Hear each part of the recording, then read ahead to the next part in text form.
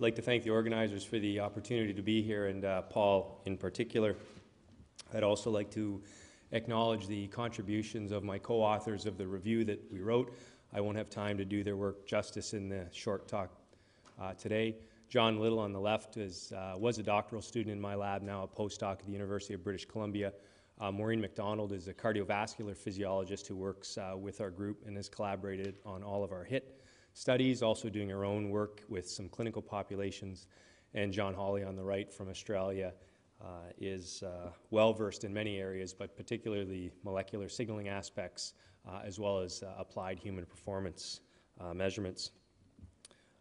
With the few minutes I have left available, I thought I'd better start with my conclusion. And so if I leave you with 3 points today, it's this. High-intensity interval training is clearly a very potent stimulus to induce many of the adaptations that we associate with traditional endurance training. I'll try to convince you of that.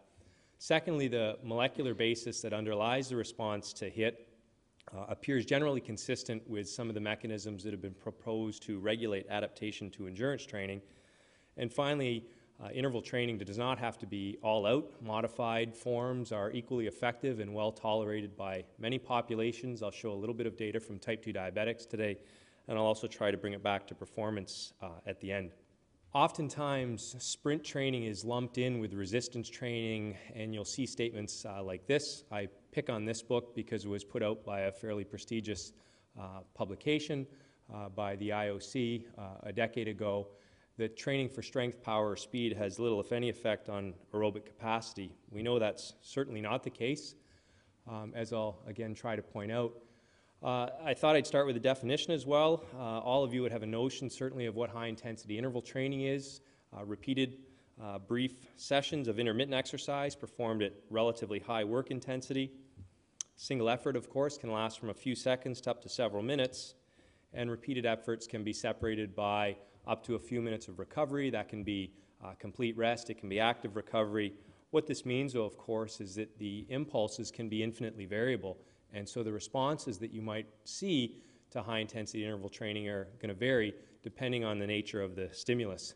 Just to point out two examples. On the figure here, we have power output on the y-axis and time on the x-axis. If this is a bout of traditional endurance exercise training, 60 minutes at a moderate intensity, this would be one form of interval exercise training, which we would term high-volume, constant load interval training, in which case studies that have done comparisons like this, the total amount of work is similar to a bout of traditional endurance exercise.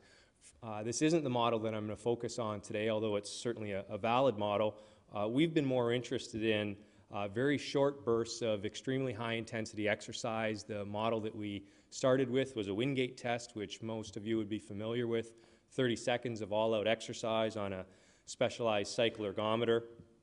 And we've had subjects repeat this exercise 4, 5, 6 times within a relatively short period with a few minutes of recovery in between.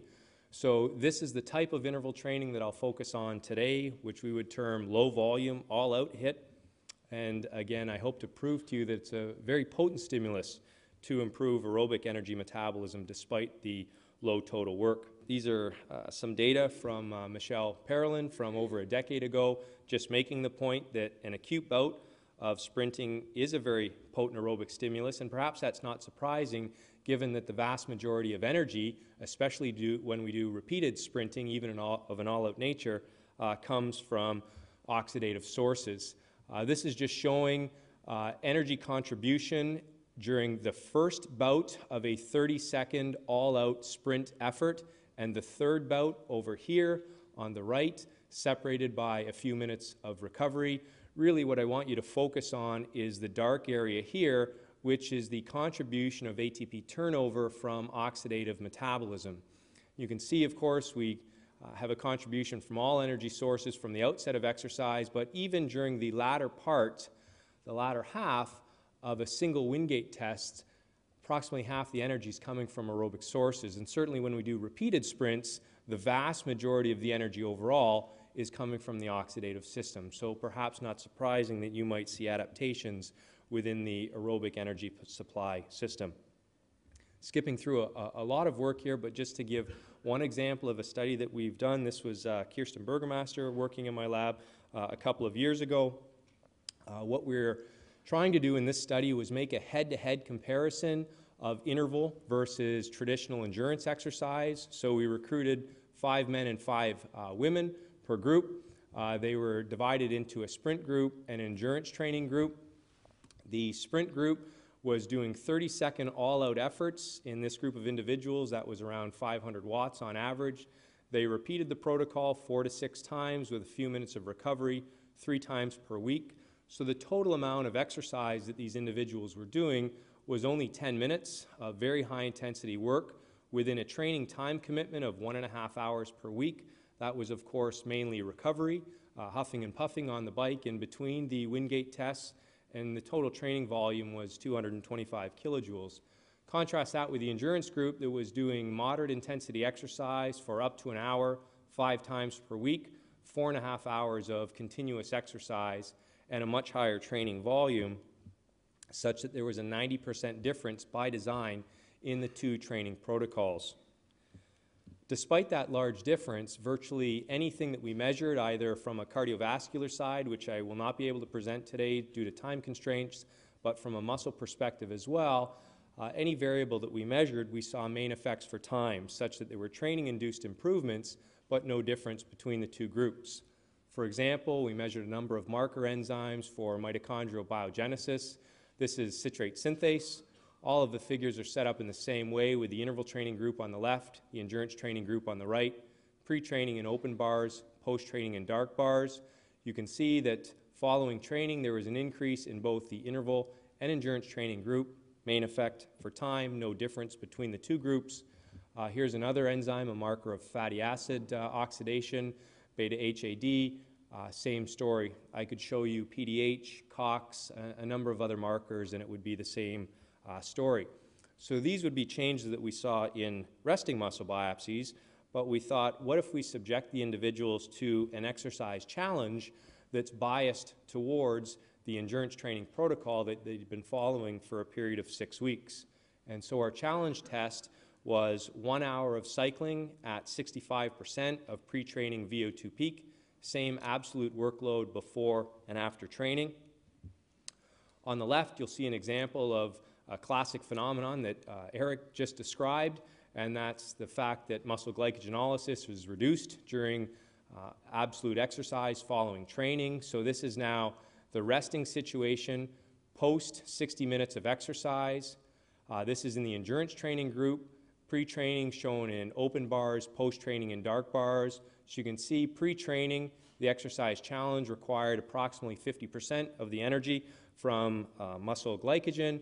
Post-training, a slight increase in resting glycogen content and a reduced rate of muscle glycogenolysis during exercise.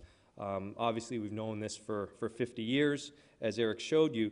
The unique twist in our study was that when we looked at the interval training group, it was a mirror image. And so the magnitude of the change during exercise was virtually identical to the endurance training group, despite the fact that this group only performed a few 30-second bursts of very intense exercise each training session. Again, in the interest of time, I'm not able to get into the cardiovascular measurements, but many other measurements, stroke volume, endothelial function measurements, flow media dilation, similar between the 2 groups. So that brings us to the second point. What's the basis for this? And a couple of slides to hopefully show some evidence that part of the molecular underpinning again appears generally similar to what's been elucidated for traditional endurance exercise training. This is work from John Little that we published last year in AJP. What we were interested in studying in this investigation was what was the acute molecular signaling response to a bout of Wingate exercise. So this is the responses before and after 4 30-second high-intensity efforts. This is the change in PGC1, mRNA, obviously important in mitochondrial biogenesis. This would be the situation before exercise, immediately following the 4 Wingates. 3 hours into recovery, we see a very robust increase in PGC1 mRNA that's of course back down to baseline after 24 hours. We also measured whole muscle PGC1 protein content. In our hands, it's elevated 24 hours post-exercise. I know there's some concerns about the antibody. We could get into this in recovery or in questions afterwards, but we've gone to a lot of trouble testing a number of different antibodies. In our hands, we see an increase in nuclear PGC1 prior to the increase in total PGC1, such that after 3 hours of recovery, the content that we measured in the nucleus was up. John went to a lot of trouble to try and show the purity of the nuclear versus cytosolic fractions. This is a nuclear matrix protein, P84, measured in two subjects. Paralleling or following, rather, the increase in PGC1, we see an increase in mitochondrial enzymes, this case citrate synthase protein content, after 24 hours of recovery, and that was paralleled by an increase in citrate synthase maximal activity 1 day after this acute session of high-intensity interval exercise. So again, not surprising for those who are following the endurance training work, but it generally fits in that in response to exercise, in this case HIIT, we're seeing phosphorylation of a number of these signaling molecules. I didn't show you these data, but they were up acutely after exercise. Of course, multiple sites where they can be activated in terms of PGC1. Suggestion, at least, that it's migrating into the nucleus, or at least the nuclear fraction goes up. This is consistent with work that David Wright has shown in animals. This leads, of course, to an increase in mitochondrial gene transcription through very complicated pathways, and ultimately an increase in functional mitochondria, again, at least in our hands, that we measure 24 hours following exercise. So this is partly this work, as well as the work of others, has led to suggestions that perhaps it's only a few minutes of exercise a week that you have to perform in order to improve your health and fitness. I point out that we've never said this in any of our studies, but that's certainly the message that has been picked up by the media. There are a number of studies, some done by colleagues in the audience here, showing that the Wingate-based exercise protocol is very effective for rapidly improving a number of health markers. This is some work by Jamie Timmons' group, again looking at 2 weeks of Wingate-based exercise. Another study by European workers, and some work by Chris Bell that used clamps to show that in healthy individuals, markers of insulin sensitivity can be increased by 2 weeks of very high-intensity Wingate-based exercise training. What I'd like to try and show you now is that Wingate-based exercise may not be safe, generalizable, practical, well-tolerated by various groups. And so we've been interested in looking at other types of other types of interval exercise that might still be time efficient and also effective, and a little bit of data to hopefully convince you of that. In order to try and come up with a practical model, or a more practical model of low-volume, high-intensity interval exercise, we thought, what are the challenges of Wingate-based exercise? First of all, it demands a specialized ergometer. It's very difficult for someone to do a Wingate test on their own because you need a specialized ergometer. So we thought, let's switch to a more constant load form of exercise. Let's reduce the exercise intensity, so the overall effort, go from an all-out effort to something that might be more tolerable by individuals, but still keep it time efficient. And so we stuck with that general 20-minute time frame. This, of course, would be our 4 to 6 Wingate protocol. What we did instead was we came up with a model that consisted of 1 minute of exercise followed by 1 minute of recovery, repeated 10 times. And the exercise intensity is one that elicits approximately 95% of maximal heart rate. And I could get into the details later of how we determine that if you're interested. But the model, again, would be 10 one-minute bouts with 1 minute of recovery. And we've repeated our 2-week protocol in several studies now, looking at 6 sessions of training. So this is only 1 hour of exercise within a 2-hour time commitment over a 2-week period. What we found is that many of the molecular signaling cascades, as well as changes in mitochondrial markers, are increased with this protocol. very similar to what we see after Wingate-based exercise, and we've also started to apply it to other populations, including this group of previously sedentary but otherwise healthy adults who were overweight and had relatively low fitness levels. These individuals were able to perform the exercise. It stimulated an increase, as I'd mentioned, in various markers. This is citrate synthase protein content. We also used a relatively crude index of insulin sensitivity just based on fasting plasma glucose and insulin markers. But like the coworkers and other investigators that I just showed you who have been using the Wingate model, we also see an acute increase, or at least an increase rather, after 2 weeks of training in this, again, relatively crude marker of insulin sensitivity. We've been interested then, since our ethics committee was basically a little worried about the work, and so that's why we started with the sedentary overweight individuals, but we wanted to progress into other populations. And so I'll show you some work now that was conducted on a group of type 2 diabetics. John Little, to his credit, was very intent on getting a study like this conducted. And so we basically went with a number of questions, but two objectives were basically, can individuals with type 2 diabetes perform high-intensity interval training? And secondly, does HIIT improve glycemic control in these individuals? The first answer is yes, they can. In this study, we recruited 8 type 2 diabetics. They were older than our previous populations, 63 years on average, overweight, and you can see their HbA1c level starting out in the study. They performed our practical model of HIIT, which again was 10 by 1 minute bursts at 90% peak heart rate on average, with a minute of recovery 3 times a week for 2 weeks. The only change from our previous studies is that they used a recumbent cycling model. Obviously, these individuals find that a bit more comfortable to perform. And the adherence was very good. 99% of the total exercise sessions were completed by these groups of individuals. So they can do it. The second is, did it do anything for their glycemic control? In order to assess glycemic control, we didn't do clamps, but we used continuous glucose monitoring. Many of you would be familiar with this technique. We used the Medtronic iPro CGMS, which is the only one approved for use in Canada. Basically, this involves the insertion of a sensor below into the subcutaneous area, and a interstitial blood glucose measurement, or an interstitial glucose measurement, is made every 5 minutes and recorded. And you can download the data subsequently. And so you get these nice 24-hour blood glucose tracings. This is just some in-house pilot testing data in our lab where we took a group of young healthy individuals, pre-diabetics and type 2 diabetics, and look at their response to controlled meals.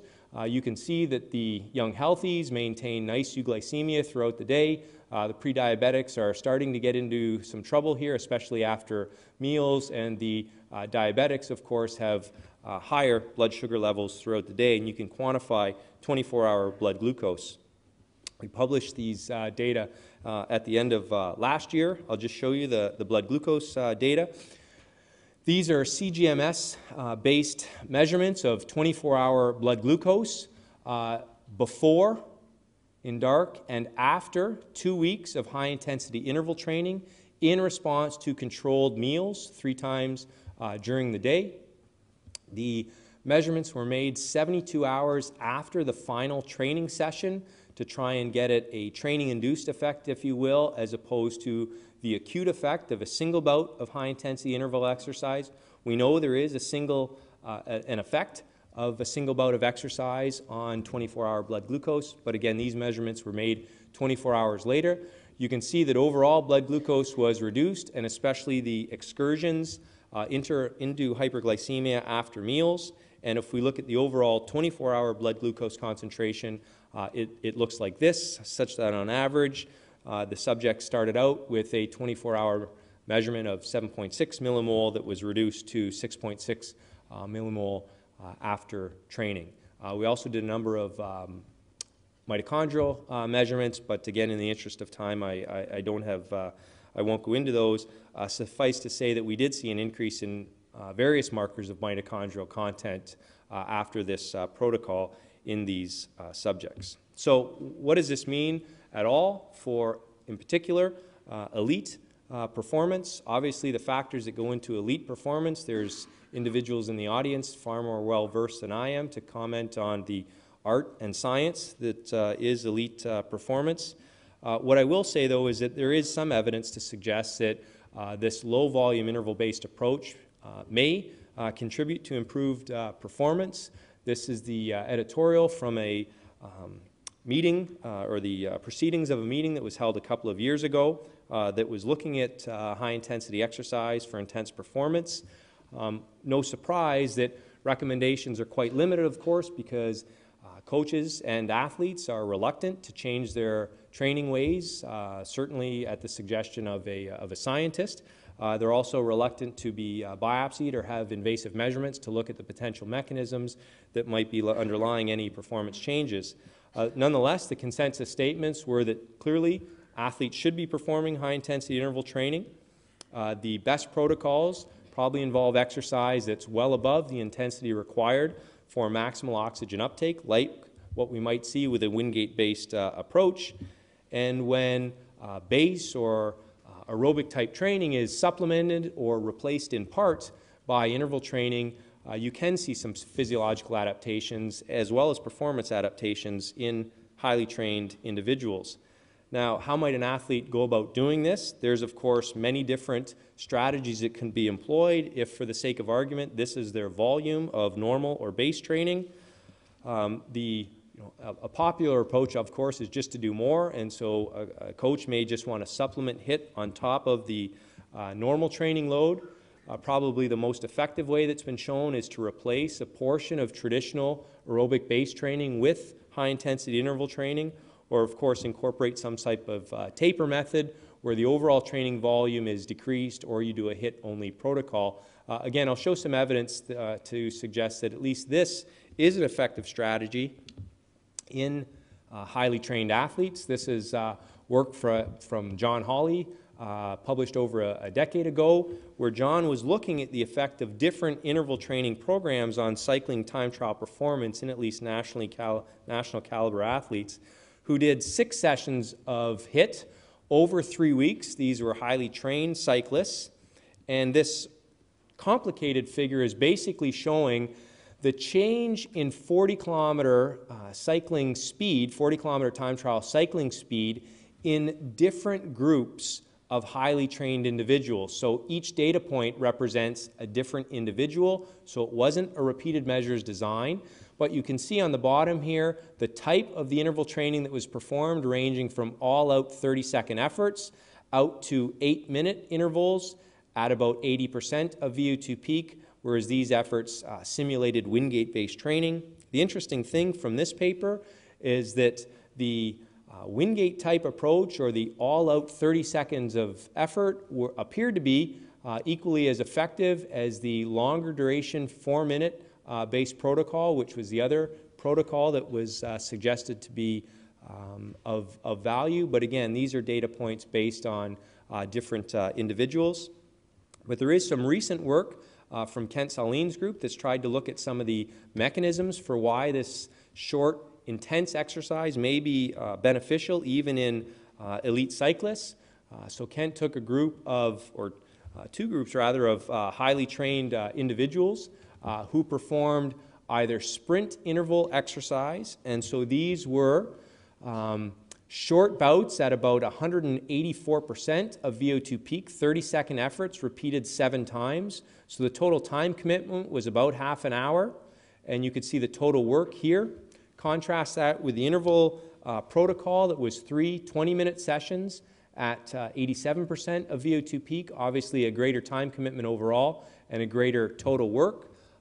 Rare for studies done on highly trained individuals. They took muscle biopsies in this paper, and what they showed was that both protocols were effective at stimulating an acute increase in PGC1 mRNA 3 hours into recovery. But when they looked at some downstream markers of mitochondrial transcription factors, the sprint interval exercise group, or the very intense short burst activity, was more effective at stimulating an increase in this case, TFAM, again, a mitochondrial transcription factor. So at least a little bit of evidence from highly trained individuals that the more intense protocol here may be more effective. The other interesting thing about this paper is that generally the belief is that mitochondrial adaptations play very little role in exercise-induced adaptation in already highly trained individuals, because most studies fail to show any increase in mitochondrial content in response to training protocols in elite athletes. But I think there's more work to be done there. I'll conclude then with one of the summary statements from our review paper, and that's really to make the point that I think HIIT remains a very fertile area of research, whether you're interested in basic physiology and molecular mechanisms, whether you're interested in health-related outcomes, or whether you're interested in performance-related outcomes. There's really something for everybody, and you know, HIIT really, I think some of our best studies are somewhere in the middle there, where we try to address all of these areas. But again, certainly something for everyone there, and I know a number of other groups are really starting to get into this area of research, and there's lots of work left to be done. I'll just give a quick plug for a study in this regard that we've Jamie Timmons was the lead investigator on. I know this has gotten some press recently in the BBC, but this is a multi-center project that will look at mainly health-related outcomes to high-intensity interval exercise of a low-volume nature, and try and look at the underlying basis for why some respond to this type of training and others do not. So with that, I'll just acknowledge the main graduate students who've been involved in my work recently, of course, John Little, as well as Jenna Gillen and Andrew Cochran, and the funding agencies. Thank you for your time.